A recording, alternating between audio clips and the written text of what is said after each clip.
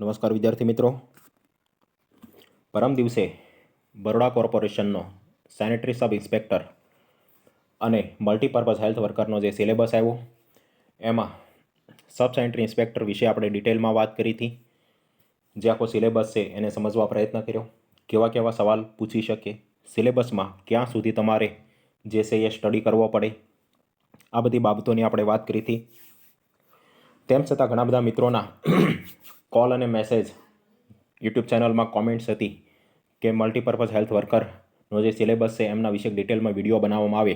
મિત્રો, આમ જોઈએ તો સબ એસઆઈ અને મલ્ટીપર્પઝ હેલ્થ વર્કર બરોડાની જે બંને એક્ઝામ છે એમનો સિલેબસ મોસ્ટલી કોમન છે. થોડું જે છે ડિફરન્સ છે, એમના વિશે આજે આપણે થોડી વાત કરીએ, જેથી કરી અને એક ક્લિયર આઈડિયા તમારા માઇન્ડમાં સેટ થાય કે તમારે કયા કયા ટોપિકને કવર કરવા, કઈ રીતે તૈયારી કરવી. તો મિત્રો, મલ્ટીપર્પઝ હેલ્થ વર્કર માટે જે છે એ 100 MCQ હશે, 100 માર્ક્સનું પેપર હશે, એટલે કે એક MCQનો 1 માર્ક્સ.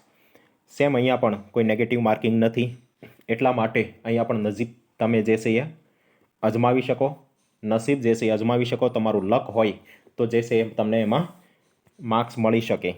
હવે સૌપ્રથમ વાત કરીએ તો 100 પૈકી 20 માર્ક્સ જે છે એ ઇતિહાસ અને સંસ્કૃતિ, એટલે કે ગુજરાતનો ઇતિહાસ, ગુજરાતની જે લોક સંસ્કૃતિ છે એમના વિશેની વાત છે. જનરલ નોલેજ આવે, કરંટ અફેર્સ આવે. મિત્રો, કરંટ અફેર આવે એટલે સાથે સાથે હેલ્થનું કરંટ તમારે ભૂલવાનું નહીં. આપણે સબ એસઆઈની વિડીયોમાં કરંટ વિશે જે છે એ બહુ ડિટેલમાં વાત કરેલી છે. તો એ તમામ પ્રકારના જે ટોપિક છે, જેમ કે આરોગ્ય, પોષણ, રસીકરણમાં જે કાંઈ ફેરફાર થયા, નવા પ્રોગ્રામ, નવી યોજના, કાયદામાં ફેરફાર થયા હોય, જેમ કે 2021માં જે સુધારો થયો કે ભાઈ પહેલાં આપણે ફક્ત 20 વીક સુધી MTP એટલે કે મેડિકલ ટર્મિનેશન ઓફ પ્રેગ્નન્સી કરી શકતા હતા. હવે સ્પેશિયલ કેસમાં 24 વીક સુધી જે છે એ MTP કરી શકાય એવો જે છે સુધારો થયો છે. સ્પેશિયલ કેસ એટલે શું? તો ઘરેલું વ્યભિચાર હોય, ભોગ બનનાર જે સ્ત્રી છે એટલે કે જે વુમન છે એમની ઉંમર 18 વર્ષ કરતાં ઓછી હોય, એ માનસિક રીતે વિકલાંગ હોય, આવા બધા કિસ્સામાં જે છે એ 24 વીક સુધી તબીબી રીતે ગર્ભપાતની મંજૂરી આપવામાં આવે છે. સાથે સાથે આપ સૌ જાણો છો કે ભારતમાં સ્ત્રીઓના લગ્નની મિનિમમ ઉંમર 18 વર્ષ છે, એ 21 વર્ષ થવા માટે જઈ રહી છે, તો એ પૂછી શકે.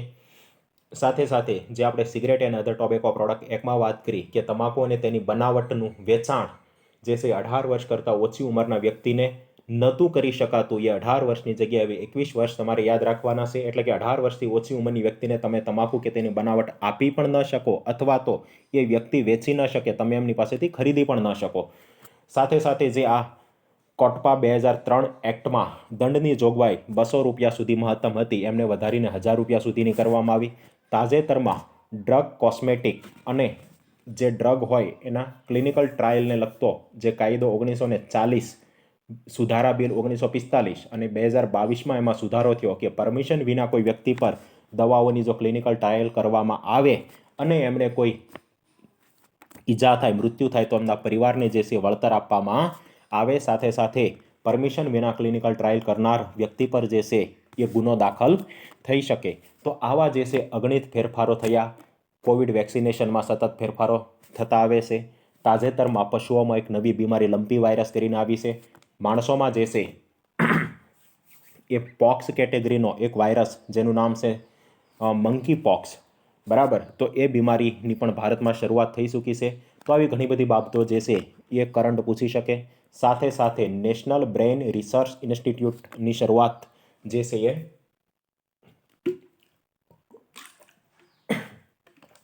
આપણા પ્રાઇમ મિનિસ્ટરે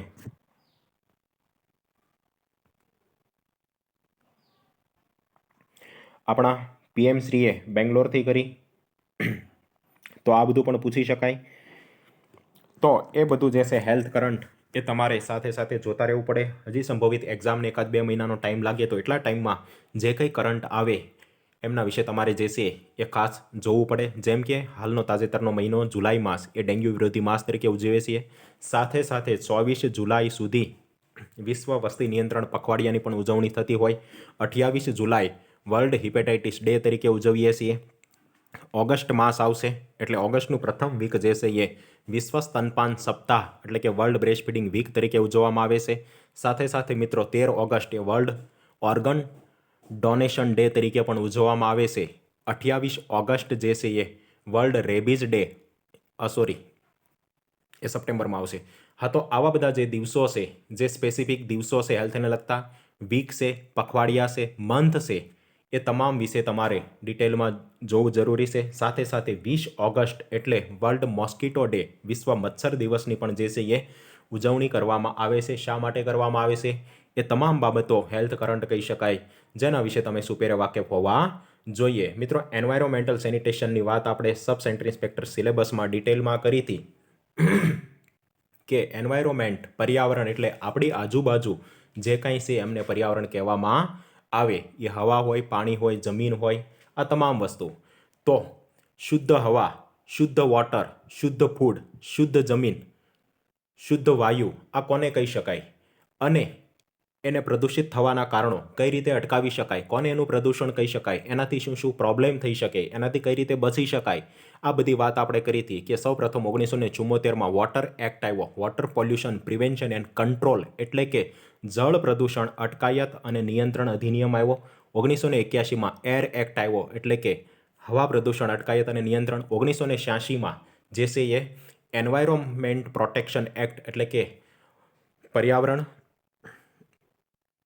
સંરક્ષણ અધિનિયમ જે છે અમલમાં આવ્યો અને એ અન્વયે બાયોમેડિકલ વેસ્ટ, કારણ કે બાયોમેડિકલ વેસ્ટનું યોગ્ય મેનેજમેન્ટ કરવામાં ન આવે તો પણ જે છે પર્યાવરણ દૂષિત થતું હોય, તો એન્વાયરોમેન્ટની વાત આવે તો સાથે સાથે કઈ મિનિસ્ટ્રી છે એ પણ તમને ખબર હોવી જોઈએ. તો કે વન, પર્યાવરણ અને જળવાયુ પ્રદૂષણ પરિવર્તન મિનિસ્ટ્રી જે છે,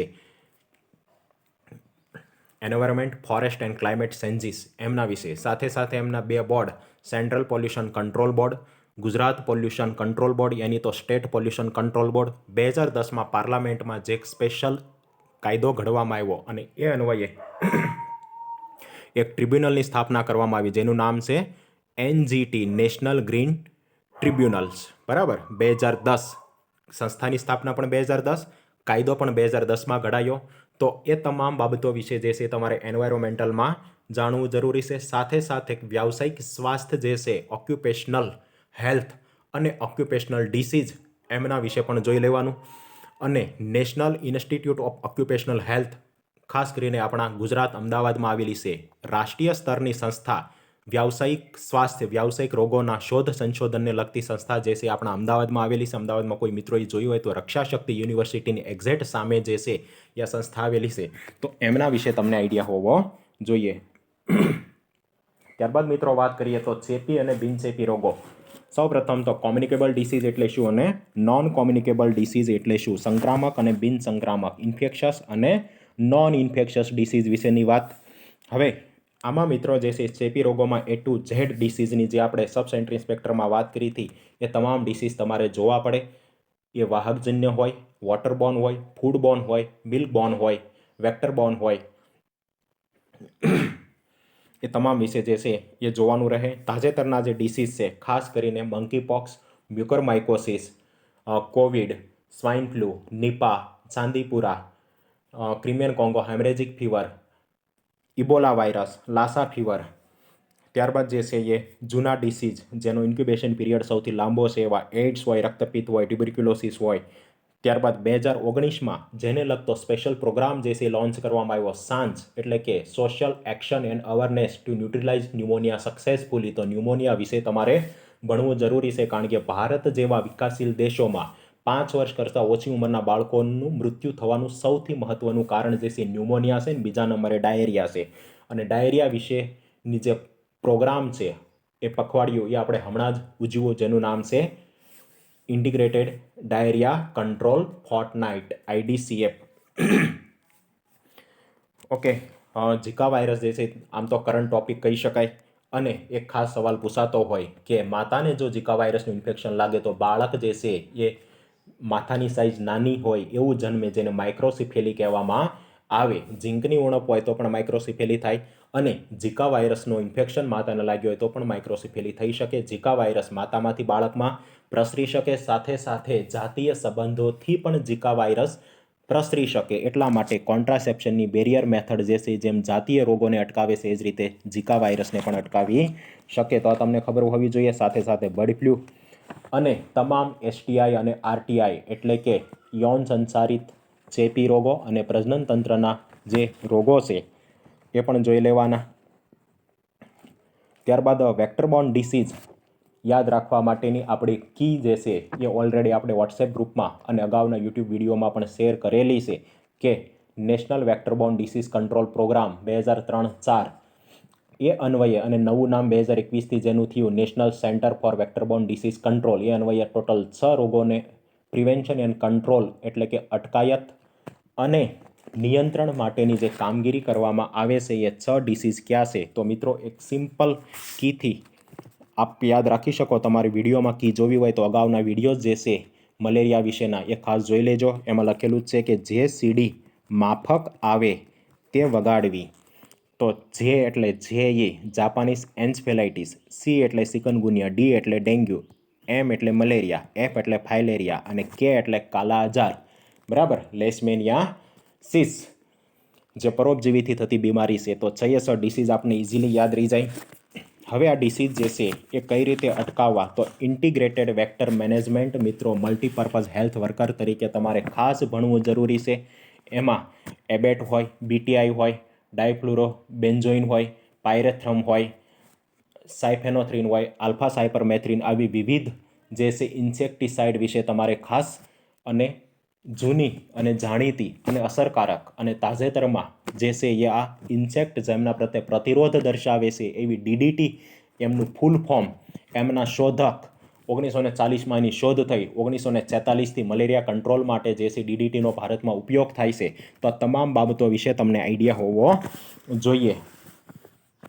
સાથે સાથે જે વેક્સિન પ્રિવેન્ટેબલ ડિસીઝ છે, ખાસ કરીને મિશન ઇન્દ્રધનુષ, સઘન મિશન ઇન્દ્રધનુષમાં જે 12 રોગો સામે વેક્સિન આપવામાં આવે છે, diphtheria, pertussis, tetanus, measles, mumps, rubella, okay, yellow fever હોય, પોલિયો હોય, ત્યારબાદ જે છે હિપેટાઇટિસ B હોય, BCG, typhoid, cholera, plague, leptospirosis, આ તમામ વિશે ડિટેલમાં તમારે જવું જરૂરી છે. બધાને ઇન્ક્યુબેશન પીરિયડ્સ જે છે કઈ રીતે યાદ રાખવા એની પણ આપણે અગાઉના વિડીયોમાં વાત કરેલી છે. મિત્રો તમામ ડિસીઝના ઇન્ક્યુબેશન પીરિયડ યાદ રાખવા જરૂરી છે. શરૂઆતમાં વાંચતા થોડા અઘરા લાગે, પરંતુ જો વિડીયોમાં દર્શાવેલી શોર્ટ કી પ્રમાણે યાદ રાખશો તો ખૂબ ઇઝીલી તમે એમને જે છે યાદ રાખી શકશો. ઘણા બધા ડિસીઝને તફાવતની દ્રષ્ટિએ કેમ યાદ રાખવા, સમાનતાની દ્રષ્ટિએ કેમ યાદ રાખવા એમની પણ આપણે વિડીયોમાં વાત કરેલી છે. તો ચેપી અને બિનચેપી રોગોની વાત કરીએ ત્યારબાદ જે છે એ સોલિડ વેસ્ટ મેનેજમેન્ટ.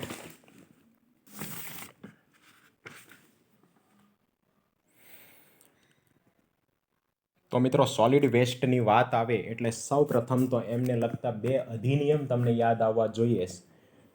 પ્રથમ જે છે સોલિડ વેસ્ટ મેનેજમેન્ટ રૂલ્સ 2000 અને સુધારા રૂલ્સ 2016. સોલિડ વેસ્ટ મેનેજમેન્ટ એટલે કે મ્યુનિસિપલ ઘન કચરો વ્યવસ્થાપન અને સંચાલન એટલે કે મેનેજમેન્ટ એન્ડ હેન્ડલિંગ રૂલ્સ 2000 અને 2016. મિત્રો સોલિડ વેસ્ટ આપને એમ થાય કે આપણે તો હેલ્થમાં છીએ, આપણે તો બાયોમેડિકલ વેસ્ટ વિશે જ ભણવું જરૂરી છે. સોલિડ વેસ્ટ અને આપણે શું લેના દેના. પરંતુ મિત્રો જેમ બાયોમેડિકલ વેસ્ટનું યોગ્ય વ્યવસ્થાપન કરવામાં ન આવે તો વિવિધ પ્રકારના ડિસીઝ ફેલાય, એ જ રીતે સોલિડ વેસ્ટનું પણ જો યોગ્ય રીતે વ્યવસ્થાપન કરવામાં ન આવે તો પર્યાવરણને ઘણું નુકસાન થાય અને પર્યાવરણમાં રહેલા તમામ સજીવો માટે જે છે એ જોખમી હાનિકારક સાબિત થાય. એટલા માટે પર્યાવરણને થતું જોખમ નુકસાન ઘટાડવા માટે જે છે સોલિડ વેસ્ટનું યોગ્ય મેનેજમેન્ટ કરવું જરૂરી છે. અને મેનેજમેન્ટ કરવા માટે આપ સૌ જાણો છો કે ભારતમાં એ વિવિધ અધિનિયમોની જરૂર પડતી હોય છે. સૌ પ્રથમ તો સોલિડ વેસ્ટ એટલે શું, તો એમાં કઈ કઈ વસ્તુઓનો સમાવેશ થાય એની બેઝિક તમને ખબર હોવી જોઈએ. સૌ પ્રથમ જે છે ગાર્બેજ એટલે કે ફૂડ વેસ્ટ જેને એઠવાડ કહી શકાય. ત્યારબાદ રબિશ એટલે કે પેપર હોય, પ્લાસ્ટિક હોય, વુડ એટલે કે લાકડા હોય, મેટલ હોય, કોઈ પણ ફેંકી દીધેલી વસ્તુ હોય, ગ્લાસ આઇટમ હોય. ત્યારબાદ ડિમોલેશનની જે પ્રોડક્ટ હોય એટલે કે ખાસ કરીને સિવિલ વેસ્ટ હોય, કન્સ્ટ્રક્શન સાઇટનો વેસ્ટ હોય.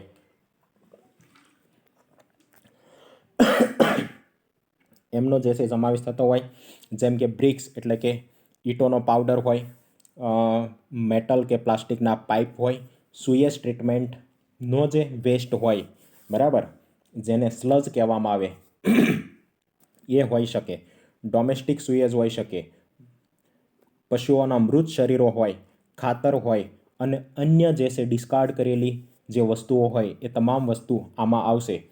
તો સોલિડ વેસ્ટ એ કેટલો જનરેટ થાય એ અલગ અલગ કન્ટ્રી વાઇઝ અલગ અલગ છે.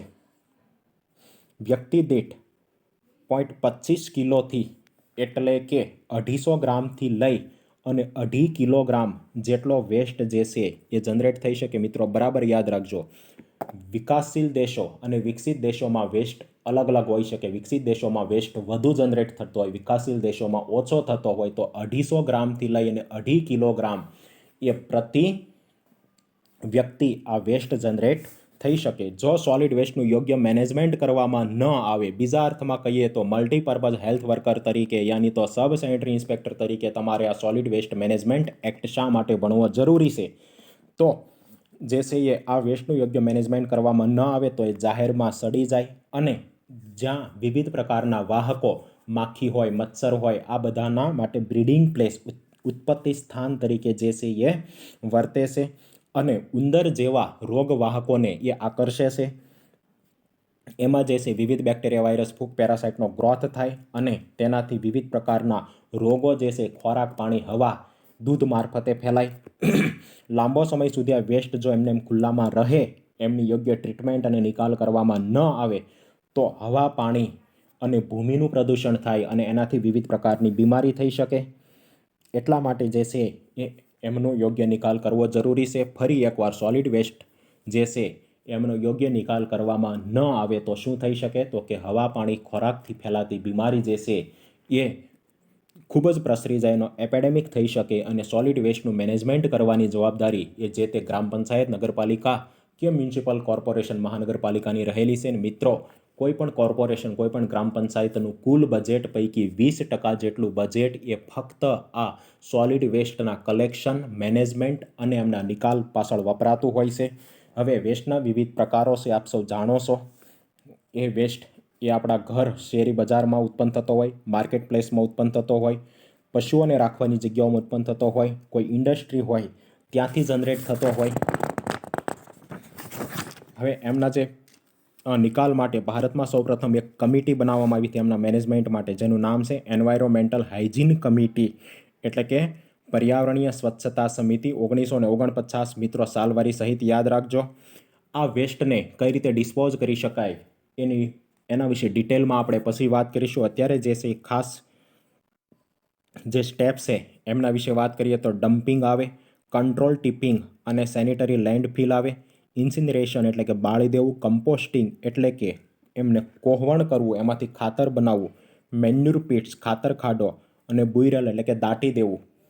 આમાં જે વિવિધ પ્રકારની મેથડ છે કંટ્રોલ ટિપિંગમાં, એમાં trench method, ramp method, area method, આ બધા વિશે વાત કરવાની છે. મિત્રો ખાસ કરીને એક બાબત એ પૂછાતી હોય કે જ્યારે કોઈ વેસ્ટનું કમ્પોસ્ટિંગ કરવામાં આવે ત્યારે ત્યાં કેટલા ડિગ્રી ટેમ્પરેચર જે છે જનરેટ થતું હોય? તો મિત્રો 60 ડિગ્રી તાપમાન જે છે એ ત્યાં જનરેટ થતું હોય અને આ 60 ડિગ્રી તાપમાનમાં 7 દિવસ સુધીમાં તમામ પેથોજન્સ એટલે કે રોગકારક બેક્ટેરિયા, વાયરસ, ફૂગ, પેરાસાઇટ એ નાશ પામે. આપ સૌ જાણો છો કે 60 ડિગ્રી તાપમાને આવા કોઈ રોગકારક સૂક્ષ્મ જીવાણુઓ એ જીવિત રહી શકતા નથી. એટલે વેસ્ટ જે છે એ બિનશેપી થઈ જાય. અને કમ્પોસ્ટિંગની બે પદ્ધતિ છે, ખાસ કરીને બેંગ્લોર મેથડ અને મિકેનિકલ કમ્પોસ્ટિંગ. એમાં બેંગ્લોર મેથડ જે છે મિત્રો કેવી છે? અજારક છે, અનએરોબિક છે. અને મિકેનિકલ કમ્પોસ્ટિંગ એ કેવી છે? તો કે એરોબિક જારક પદ્ધતિ છે. બેંગ્લોર મેથડનું અન્ય નામ છે હોટ ફર્મેન્ટેશન પ્રોસેસ. હોટ એટલે ગરમ, ફર્મેન્ટેશન એટલે આથવણ, ગરમીના લીધે જે આથવણ થતું હોય એવી પદ્ધતિ. તો એ બધા વિશે તમારે ડીપમાં જવું જરૂરી છે. અને સોલિડ વેસ્ટ મેનેજમેન્ટ કરવા માટે વિવિધ દેશોને સહકાર આપતી એક આંતરરાષ્ટ્રીય સંસ્થા જેનું નામ છે international solid waste and public cleaning association, જેની સ્થાપના 1970માં થઈ હતી. તો મિત્રો આ વાત જે છે એ થઈ સોલિડ વેસ્ટ વિશેની. સાથે સાથે તમારે બાયોમેડિકલ વેસ્ટ, લિક્વિડ વેસ્ટ હોય, ઇલેક્ટ્રોનિક વેસ્ટ હોય અને રેડિયેશન એટલે કે વિકિરણો ઉત્સર્જિત કરતો વેસ્ટ, આ બધાના મેનેજમેન્ટ અને એમના એક્ટ વિશે જે છે એ જોવું જરૂરી છે. હવે મિત્રો ત્યારબાદ આવે પબ્લિક હેલ્થ. પબ્લિક હેલ્થ એટલે મિત્રો આમ તો બહુ વિશાળ સબ્જેક્ટ છે, જેમાં તમે લોકો તમારી કેરિયર બનાવવા જઈ રહ્યા છો એ સંપૂર્ણપણે પબ્લિક હેલ્થ છે. પબ્લિક હેલ્થ એટલે શું? તો પબ્લિક હેલ્થના પી પરથી મિત્રો તમારે 3 પી યાદ રાખવાના. એક પ્રિવેન્શન ઓફ ડિસીઝ એટલે કે રોગોને અટકાવવા. બીજું પ્રમોશન ઓફ હેલ્થ એટલે કે સ્વાસ્થ્ય સુધારવું. અને ત્રીજું પ્રોલોંગ ઓફ લાઈફ એટલે કે જિંદગી આયુષ્ય જે છે એ દીર્ઘાયુ કરવું. આ 3 બાબતે આવી ગઈ એટલે કે રોગોની અટકાયત જે છે અને એના દ્વારા હેલ્થમાં સુધારો અને આયુષ્યમાં જે છે વધારો, એમને કહેવાય પબ્લિક હેલ્થ. મિત્રો હેલ્થના મુખ્યત્વે 2 પ્રકાર પડે, એક પ્રિવેન્ટિવ અને બીજું ક્યુરેટિવ. પ્રિવેન્ટિવ એટલે રોગ અટકાયત અને ક્યુરેટિવ એટલે સારવાર. તો આપણે જે કામ કરવાનું છે, જે વાત કરવાની છે, હેલ્થ પ્રિવેન્શનની વાત છે, બરાબર. તો પબ્લિક હેલ્થમાં જે છે એ તમામ બાબતો આવી જાય. અને આપ સૌ જાણો છો કે વિન્સલો નામના સાયન્ટિસ્ટે 1920માં આ પબ્લિક હેલ્થની વ્યાખ્યા આપી હતી, જેની વાત આપણે ઓલરેડી કરી લીધી કે સામુદાયિક પ્રયાસ દ્વારા રોગોને અટકાવવા, હેલ્થનું પ્રમોશન કરવું અને લાઈફને દીર્ઘાયુ કરવી, એમને જે છે પબ્લિક હેલ્થ કહેવામાં આવે. ત્યારબાદ મિત્રો જે છે પર્સનલ હાઇજીનની વાત છે. પર્સનલ હાઇજીન એટલે શું? તો કે વ્યક્તિગત સ્વચ્છતા. શું થાય? વ્યક્તિગત સ્વચ્છતા. હવે વ્યક્તિગત સ્વચ્છતાની વાત કરતા હોઈએ તો વ્યક્તિગત સ્વચ્છતા શા માટે? તો વ્યક્તિ પોતે વિવિધ રોગોથી બચવા માટે જે છે એ વ્યક્તિગત સ્વચ્છતા જાળવવી જરૂરી છે. કોવિડમાં આપ સૌ જાણો છો કે પર્સનલ પ્રોટેક્ટિવ ઇક્વિપમેન્ટ નામની પીપીઈ કીટ આપણે પહેરતા હતા. ત્યારબાદ હેન્ડ વોશની વાત કરતા હતા. ત્યારબાદ જે છે એ સોશિયલ ડિસ્ટન્સની વાત કરતા હતા. તો તમામ બાબત શેમાં આવે છે? પર્સનલ હાઇજીનમાં, વ્યક્તિગત સ્વચ્છતામાં. એ જ રીતે મિત્રો સેક્સ્યુઅલ હાઇજીન આવે, જાતીય સ્વચ્છતા. જાતીય સ્વચ્છતા જો વ્યવસ્થિત રાખવામાં આવે, ખાસ કરીને મેલ ફિમેલ બંનેમાં, તો ફિમેલમાં જે છે એ સર્વાઇકલ કેન્સર એટલે કે ગર્ભાશયના મુખનું કેન્સર અટકાવી શકાય અને મેલમાં જે છે પેનાઇલ એટલે કે જનનાંગોનું કેન્સર અટકાવી શકીએ. હવે મિત્રો પર્સનલ હાઇજીનમાં કઈ કઈ બાબત આવશે તો થોડી એમના વિશે વાત કરી લઈએ. સૌપ્રથમ તો hand washing and hand hygiene, બરાબર છે. હેન્ડ વોશિંગના 6 સ્ટેપ ક્યારે ક્યારે કરવા જોઈએ, શેનાથી હેન્ડ વોશ કરવા જોઈએ, આ બાબત આપ સૌ જાણો છો. હેન્ડ વોશિંગ કરવાથી ખાસ કરીને એરબોર્ન એટલે કે હવાજન્ય રોગો અટકાવી શકાય. ફૂડબોર્ન એટલે કે ખોરાક, પાણી અને દૂધજન્ય રોગો એટલે કે જે ફિકો ઓરલ મળમુખ માર્ગે ફેલાય છે એવા ડિસીઝ જે છે ખાસ કરીને અટકાવી શકીએ. હેન્ડ ડ્રાઇંગ કઈ રીતે કરવું એ પણ ખૂબ મહત્વનું છે. સાથે સાથે હેન્ડ ડિસઇન્ફેક્શન, બરાબર. તો આપ સૌ જાણો છો કે alcohol base hand રબથી hand disinfection કરી શકાય, એટલે કે હાથમાં કોઈ રોગકારક બેક્ટેરિયા, વાયરસ, ફૂગ, પેરાસાઇટ ન રહે એવી એમની સ્વચ્છતા જળવાય, એમને હેન્ડ ડિસઇન્ફેક્શન કહેવામાં આવે. સેનિટેશન અને ક્લિનિનેસ મિત્રો ખાસ કરીને ઓપન એર ડિફિકેશન અને ઓપન એર યુરિનેશન એટલે કે ખુલ્લામાં શૌચ અને યુરિનનો જે છે એ ત્યાગ કરવો જોઈએ નહીં. ખુલ્લામાં મિત્રો જાહેરમાં જે છે સ્પિટિંગ કરવાથી એટલે કે થૂંકવાથી કોવિડ, મ્યુકરમાઇકોસિસ, ટીબી, સ્વાઇન ફ્લૂ આવા બધા રોગો ફેલાય. સાથે સાથે આપણે વાત કરીએ કે પબ્લિક પ્લેસમાં જે છે સ્મોકિંગ કરવાથી પણ આજુબાજુના લોકોને જે છે નુકસાન થઈ શકે. તો પર્સનલ હાઇજીનમાં જે છે એ આ વ્યક્તિગત સ્વચ્છતાની આપણે વાતો કઈ રીતે એને મેન્ટેન કરી શકાય.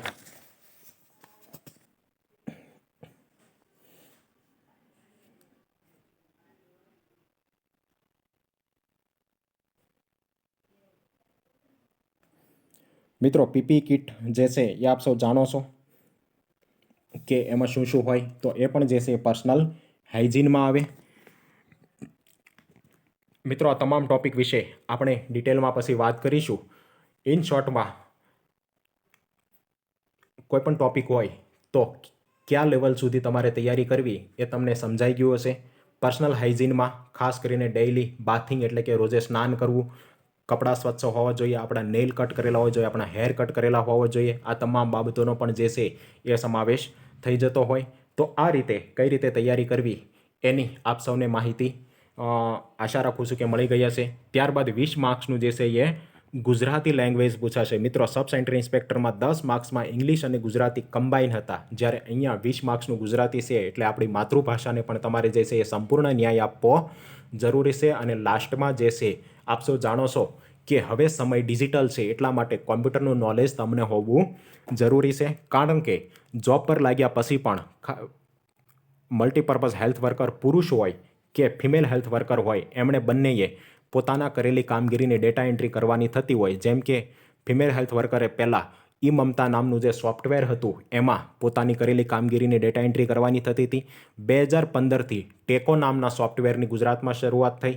2017થી સમગ્ર ગુજરાતમાં એની અમલવારી થઈ અને અત્યારે 2022ની સ્થિતિએ સમગ્ર ગુજરાત રાજ્યમાં આ ટેકો પ્લસ નામની એપ્લિકેશનમાં કરેલી કામગીરીની ડેટા એન્ટ્રી કરવાની થતી હોય છે. મલ્ટીપર્પઝ હેલ્થ વર્કર ભાઈઓએ પણ ફેમિલી હેલ્થ સર્વે સાથે સાથે ફેમિલી પ્લાનિંગ, એનસીડીનું મોડ્યુલ્સ, આ બધું પણ ટેકો પ્લસમાં એન્ટ્રી કરવાની થતી હોય. મિત્રો આપ સૌ જાણો છો કે પહેલાં જે આઈડીએસપી આપણો પ્રોગ્રામ છે 2004નો ઇન્ટિગ્રેટેડ ડિસીઝ સર્વેલન્સ પ્રોગ્રામ, 2021માં એમનું નામ બદલ્યું અને IHIP integrated health information platform. તો આઈડીએસપીમાં મિત્રો આપે એક સિન્ડ્રોમિક ફોર્મ દર વીકે ભરીને PHC પર સબમિટ કરવાનું થતું હતું. હવે એમાં બદલાવ આવ્યો છે અને એમની જગ્યાએ તમારે રિયલ ટાઈમ તમારા મોબાઈલના સોફ્ટવેર IHIPમાં ડેટા એન્ટ્રી કરવાની રહેશે. તો મિત્રો આ તમામ બાબતોના લીધે કોમ્પ્યુટરનું નોલેજ પણ તમારી પાસે હોવું જરૂરી છે. ખાસ કરીને 2 એક્ઝામમાં પૂછાયેલો સવાલ, આરોગ્ય સેતુ નામની એપ્લિકેશન ઇન શોર્ટમાં ધીમે ધીમે જે છે વિશ્વ, ભારત, ગુજરાત જે છે ડિજિટલાઇઝેશન તરફ આગળ વધી રહ્યું છે, એટલા માટે આ તમામ ડિજિટલ બાબતોથી આપ વાકેફ હોવા જોઈએ. ઓકે મિત્રો, તો મલ્ટીપર્પઝ હેલ્થ વર્કરનો જે સિલેબસ છે એ આપને સમજાવવા પ્રયત્ન કર્યો છે. છતાં પણ કંઈ કન્ફ્યુઝન હોય તો તમે કોમેન્ટ્સ યા તો બાય મેસેજ એ ક્વેશ્ચન કરી શકો છો. અને હવે સમય બહુ ઓછો છે, અત્યારથી જ આપની તૈયારીની શરૂઆત કરી દેજો, જેથી કરીને છેલ્લા સમયે ટેન્શન ન આવે અને કોઈ ટોપિક છૂટી ન જાય.